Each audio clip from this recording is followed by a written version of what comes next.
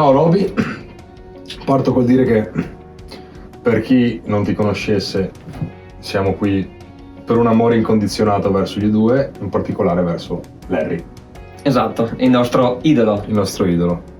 Come nasce questa passione? Ma io sono cresciuto in una famiglia dove comunque non c'era una cultura musicale, non c'era né il papà né la mamma che mi hanno portato ad ascoltare CD eccetera eccetera.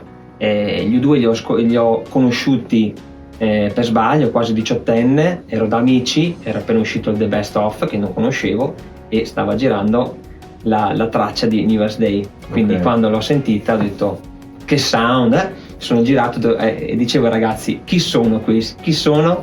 Gli U2. Ti hanno folgorato. mi hanno folgorato. Da lì tutta questa ricerca nel capire chi fossero, gli album pubblicati, gli acquisti dei primi album Certo. e basta, ecco, quindi E pian piano hai cominciato a conoscerli. sì, esatto. E secondo te perché proprio gli U2 e non un altro gruppo, un altro cantante, musicista? Credo che venga così in maniera molto naturale l'amore verso la band, in questo caso qua gli U2.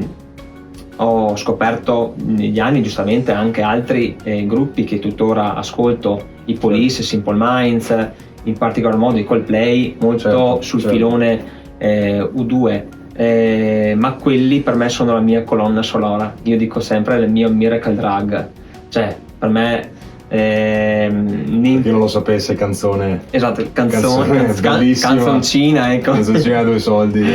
Esatto. Nell'album Auto Dismantle, Atomic Blonde. esatto. Ok, e passiamo al tuo ruolo.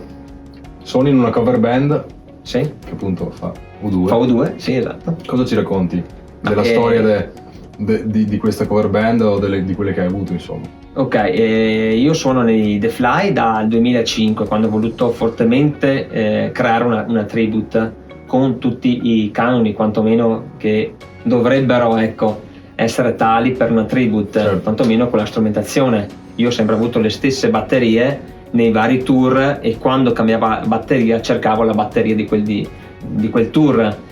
Partendo dal presupposto che comunque per fare una tribute ci vogliono anche Almeno gli strumenti. almeno gli strumenti, ecco. Dopo non siamo cloni, non siamo sosia, Quasi. cerchiamo con del lifting facciale, alla fine l'orecchino, la collana, catenella, certo. sono quello che fanno un po' il personaggio e i fans apprezzano anche queste piccolezze. attenzioni, ecco, diciamo, ecco. Ok, beh, allora hai parlato degli strumenti, passiamo alla batteria. Esatto, io attualmente utilizzo la Maple Hybrid Yamaha, Ok. in colorazione Natural Vintage, di là ne ho un'altra che è una Yamaha sempre OAK, che è quella che ho utilizzato nel video di Gets Under Boots, Ok. in colorazione Silver Sparkle. Utilizzo piatti Signature, utilizzo un rullante Black Beauty Ludwig, che è l'ultimo che sto utilizzando.